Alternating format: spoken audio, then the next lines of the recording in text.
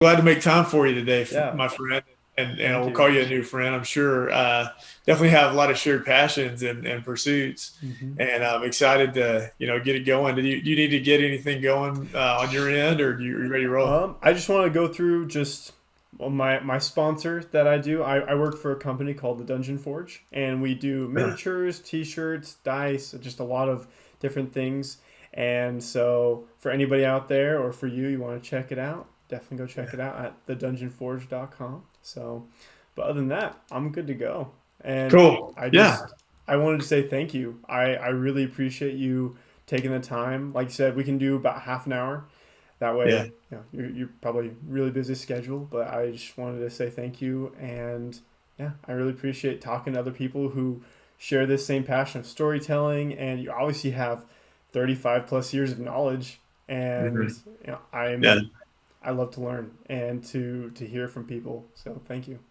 Oh yeah, absolutely. Are you actually ready to start the interview, or? Yeah, we can start now. Yeah, let's start, man, because I got a lot to talk to you about, and I'm Awesome. excited to just dive right into it. Awesome.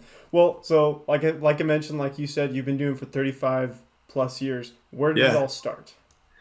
So yeah, it early on, I think it must be that either my uncle must be I was 8 or 9 years old. My uncle gave me a dog-eared, just a ratty old copy of The Hobbit, Nice. and a 7, 8 year old kid.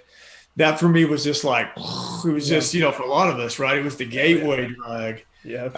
So I read The Hobbit first, as kids are meant to do, right? You got to Mm-hmm. start with The Hobbit and work through that, and then obviously Tolkien, when he wrote, Lord of the Rings years later, but he started with his kids writing The Hobbit for them.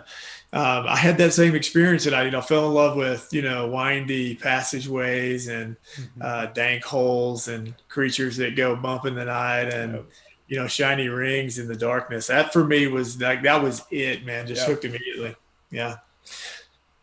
That's. So as a kid, yeah, this was like 78, 79. Mm. That kind of opened me up. And I wanted to tell you a funny story. I was Go just for thinking it. about this, that it wasn't long after that, maybe fifth, sixth grade, we started to get into. I had a friend that lived around the corner from me, and he had an old basic set. It was Mm. before the red box. This is, Yeah. precedes that one. And in fact, I may have a copy of one that's very similar here. I actually collect old RPG sets and stuff like that, Mm-hmm. old D&D sets. Yep. And I have one very similar to what we played with, and it was just like the standard basic template. Mm-hmm. Basic D&D was really nothing to write home about.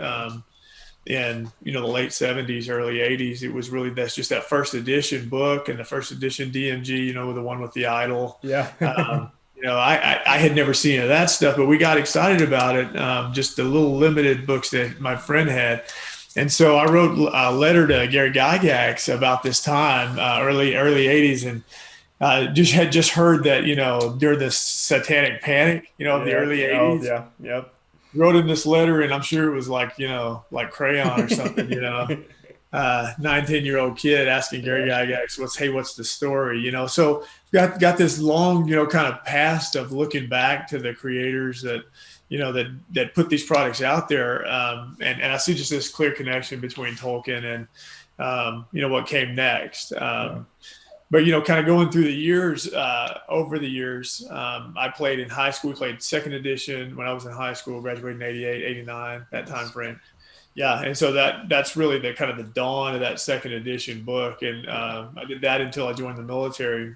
Had a long break for about 10 years. I spent 25 years in the Air Force, and so Oh. um, during that time, I really had lost connection, Mm-hmm. to D&D and to the role playing game pursuit. I played a little when I first joined, and when we were in Alaska, played with Mm-hmm. some friends that were kind of around the corner, and it was awesome. But um, it was just not something I could keep up with. You're always moving.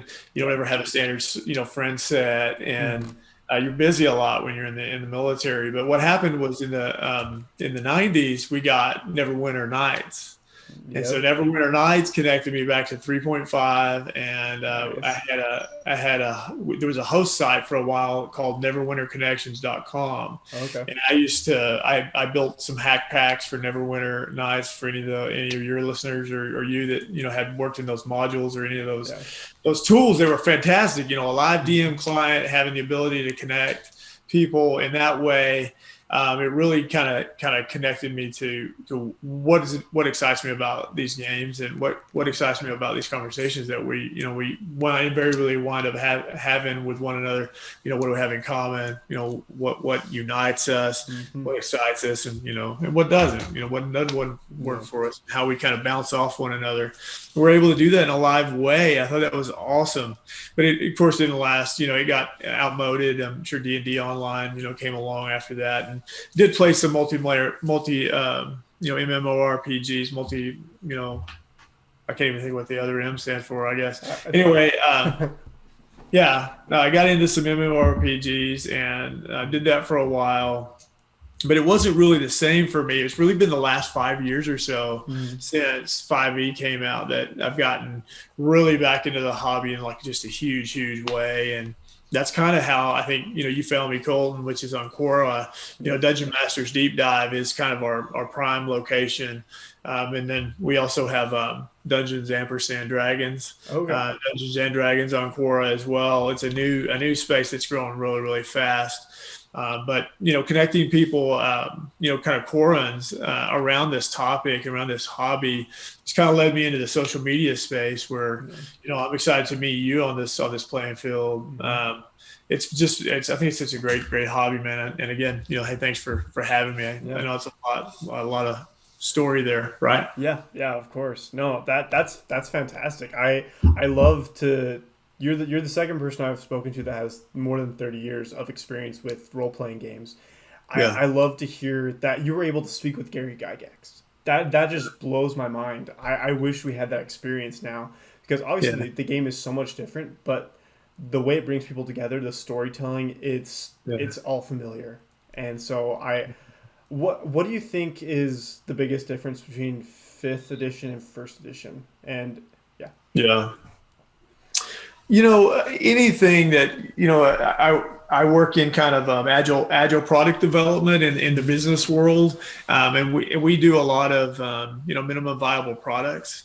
It means that you start somewhere, that a working draft or a template that we can shoot holes in Okay. is always better than a blank canvas. Yeah. Always better than nothing. And so, I think the big thing for Dave Arneson and Gary Gygax, who worked on that first version of kind of out of the the legacy of Chainmail. chainmail, yeah, Yep.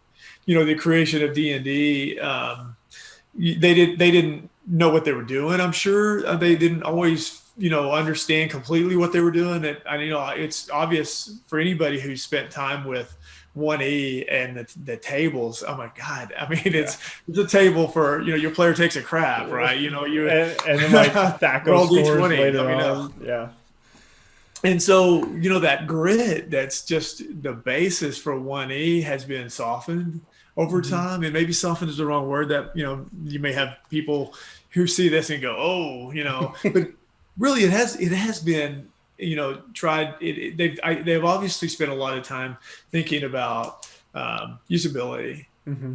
user experience, right? is Yeah. is it is it fun to have to start to hit armor class 0 and then work your way Yeah. backwards, do negative math, right, to take sums away from a d20 Yeah. to tell you whether or not you hit or not. And that I got, that was frustrating for people. I understood it. I grew up in it. It didn't Yeah. didn't hurt my head. But about that time, in around version 3, when we knew that we were getting away from that forever, that we were going Yeah. to start changing some of the way those stats worked. I wasn't really immediately on board. I wasn't really super thrilled or excited about those changes, Yeah. Colton. But obviously, the hobby has never been as exciting as it has today, and I think it has a lot to do with the engineering and design end, Yeah. that we now have those kinds of resources, right? Hasbro, who owns Wizards of the Coast, they've got obviously the business model down pretty good, and Yep. Gary and and that team that built TSR in the early 80s didn't have those kinds of resources, didn't have the kind of skills, right, that obviously the minds at Hasbro do, and they build great products. I have yet to look at something that's come out over the last 5 years and go, well, this is just filler or crap or Yeah. whatever. I mean, some things that I'm not totally in love with, like I'm not really a Ravenloft person. The Yeah. Strahd, coffee case came out, and I was like, wow, that is really cool, but I Yeah. don't know what I'm gonna do with that. Yeah. It's Yeah. so it's, and that's fine. It may not be for me. It may, Hmm. the Ravenloft fan. I'm more kind of the Faerunian, Yeah. Forgotten Realms. That's my bread and butter for D&D, and that's where I Yeah. grew up. And there's still so much that those creators, Ed Greenwood and others who spent time, creating Forgotten Realms. Those worlds are so rich.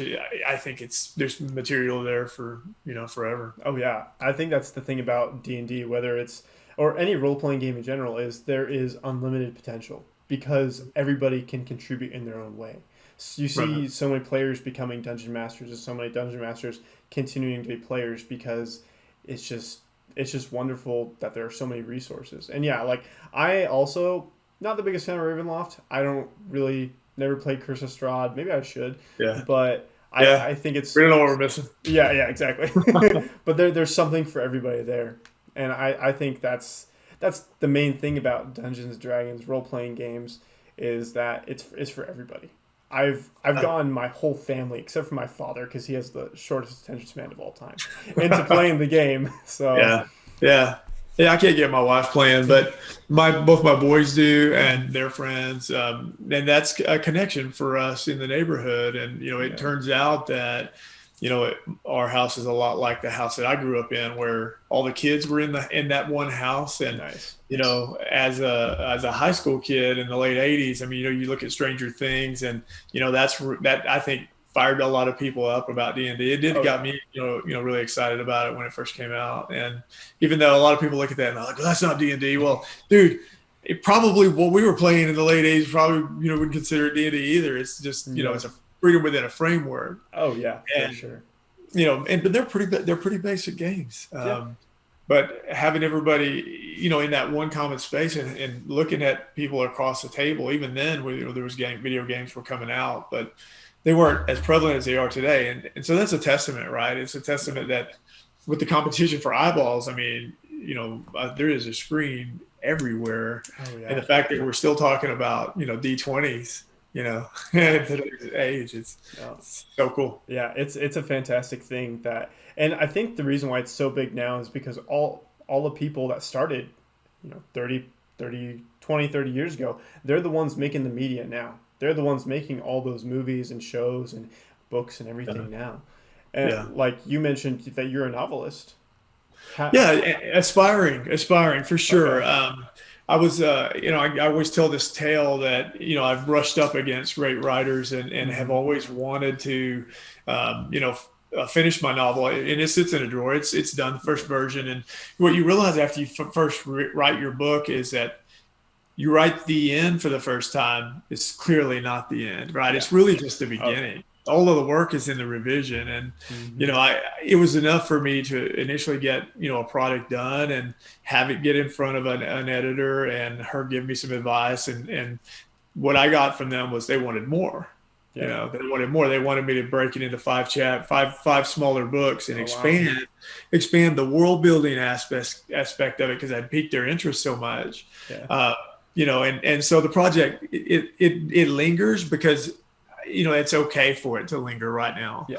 Right now, I'm back concentrating on this connection for folks around the Dungeon Masters deep dive and that Hmm. sort of thing. But I always tell a story about when I was stationed in Tucson, Arizona, in the early '90s. That there was a gentleman by the name of Simon Hawke who was a well-known D&D and Star Trek writer. He wrote. I think there was a Wizard series, like Wizard Detective series that Okay.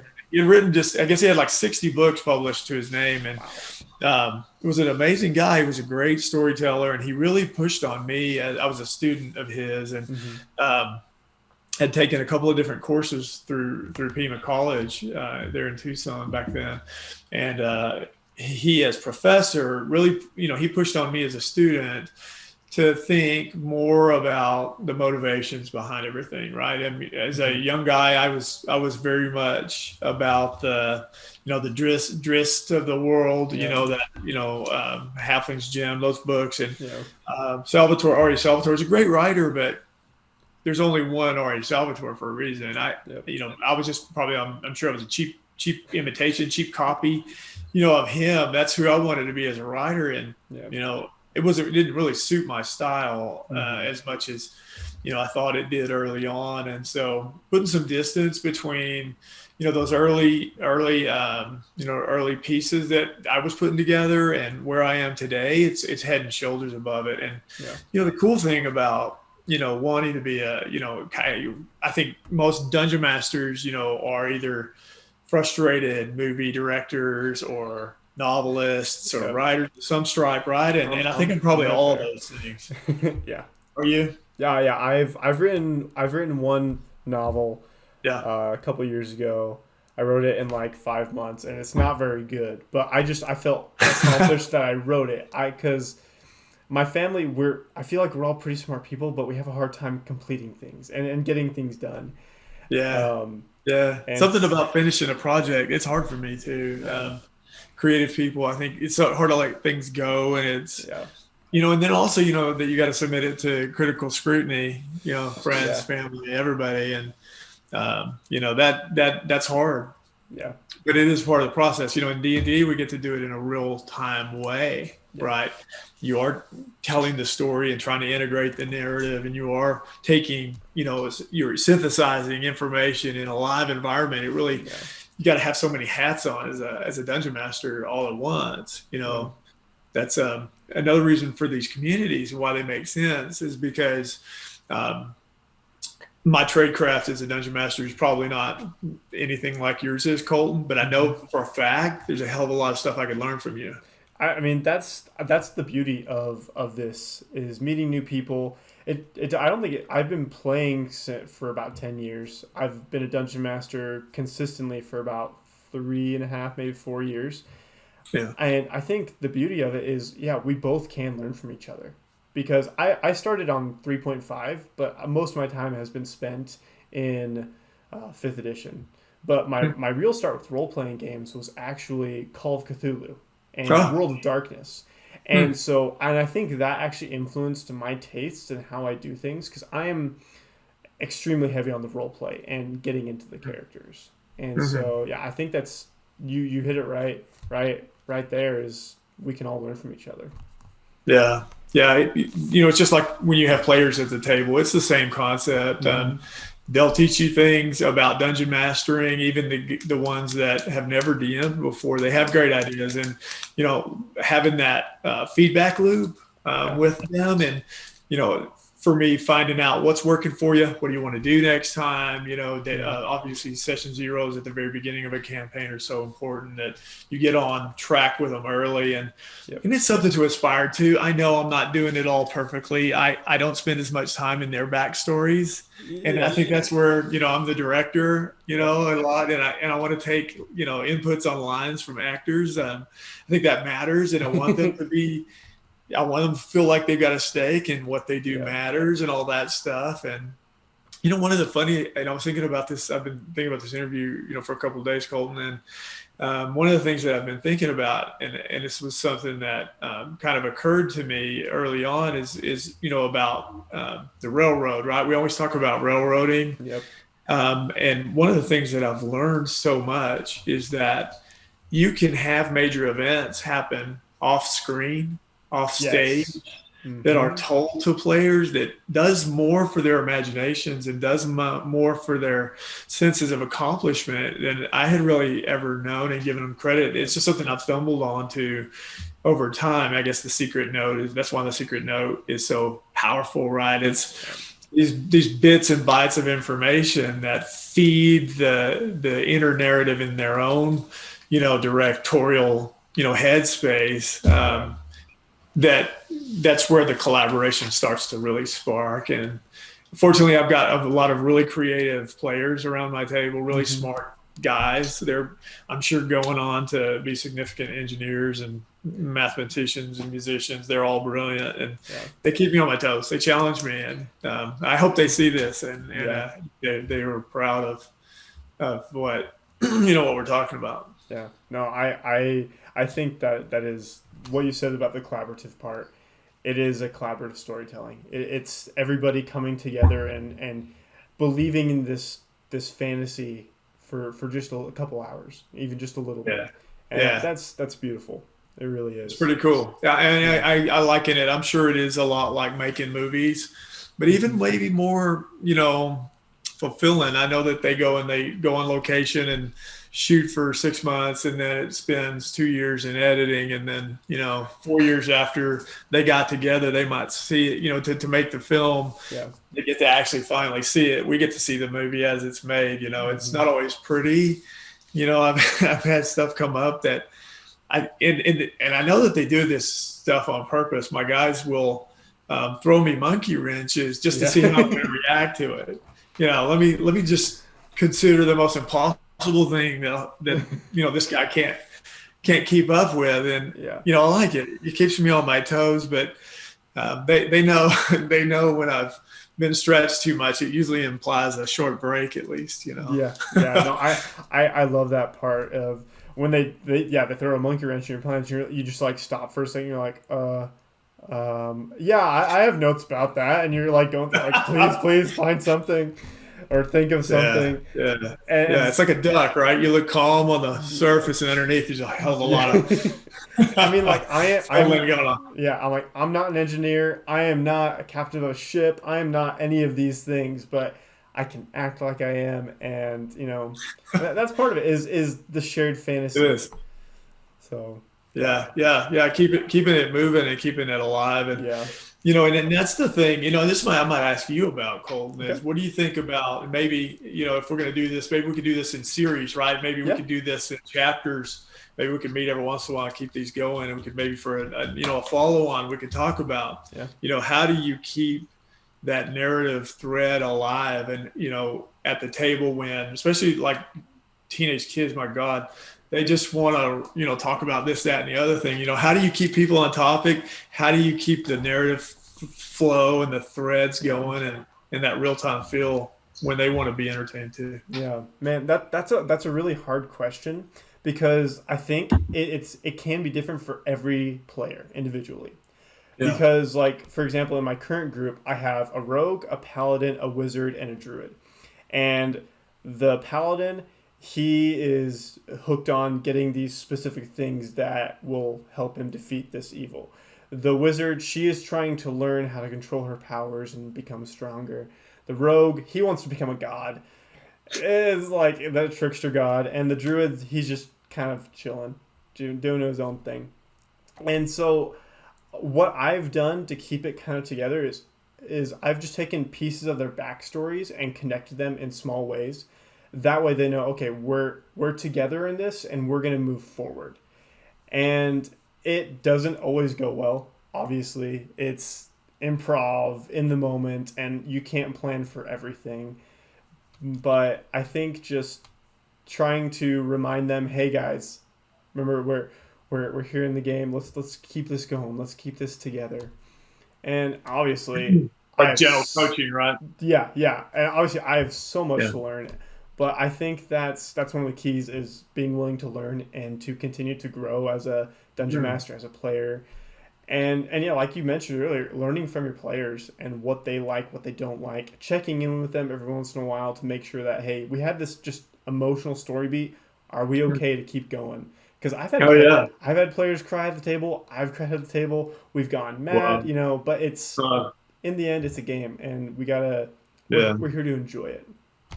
So Yeah, I don't know that I've had those super like emotional moments, mhm. but I remember killing my was he must have been 14-year-old brother's dwarven fighter. Oh. Thought riding on the back of a giant catfish was a good idea. Yeah. Yeah. Unfortunately, for a catfish, they've got barbs that go this Yeah. way, right? So you're Hmm. going to get excitement from the front and and the rear. Yeah. So anyway, yeah, that was a sad moment. He never Yeah. recovered from it. I don't think he's played a minute of D&D since then. Wow. So, Wow. sad moment, but yeah, That is and sad. maybe if I'd have handled it maybe more, sympathetically, maybe who knows, Yeah. a long time ago. And it's a learning experience. I'm sure that shaped how you do character deaths Yeah, or yeah, character decisions. yeah, Because yeah, we have to be fair. We are the mediator, but at the same time, if they're gonna make those choices, we have to be fair. So yeah.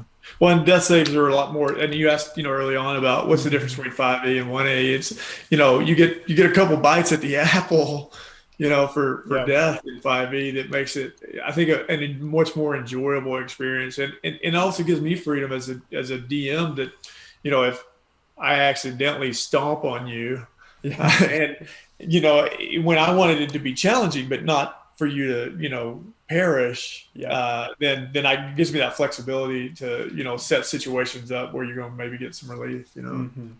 No, spare that's a party, or a player death, or rather a character death, yeah. or a TPK, God forbid. Yeah, I've never had a TPK, but I've had a few player deaths, and Yeah, it's always a hard experience on me because I know my players invest time in their characters, but I also invest a lot of time because they're the heroes of the story, that's and cool. I want them to feel like they are these heroes. They're saving the world, Yeah, they're doing these things, and so yeah, it can be emotional or it can be frustrating, but yeah. um, Well, it's well, cool, man. I really appreciate you having me on the show. yeah, It's I wish you lots of luck with it. I can't thank wait you. till it comes out, and Yeah, we'll be happy to share it out on Quora. And awesome. my channel is definitely in the works, and we've talked Hmm. about T-shirts are on their way. With Right. the logo behind me is it's kind of the new logo that we're going to be putting out, that we're excited about, along with the Quora Dungeon Right. Masters Deep Dive Wizard. He'll come to life, and have an opportunity to wear him. So That's thanks for the super opportunity cool. to talk about that and all these Yeah. good great things, man. Thank you. I didn't say it earlier, but thank you for your service in the military. Oh, sure, no problem. I have family. I have an uncle who retired from the Air Force, and so Yeah, I cool. really appreciate it. So thank you. Oh And yeah, it was a blessing. It was the best part of my life, and yeah, I'm glad for that. But thanks for saying that. hmm, I hope to talk to you again, Colton. yes, This was really a great evening, and I hope that the fans like it, and me too. would love to have you on my show once we get it up and running. I for sure. Thank you All so right, much. thanks, sir. Awesome. Bye, Take her Scott. easy. Okay, bye. Bye.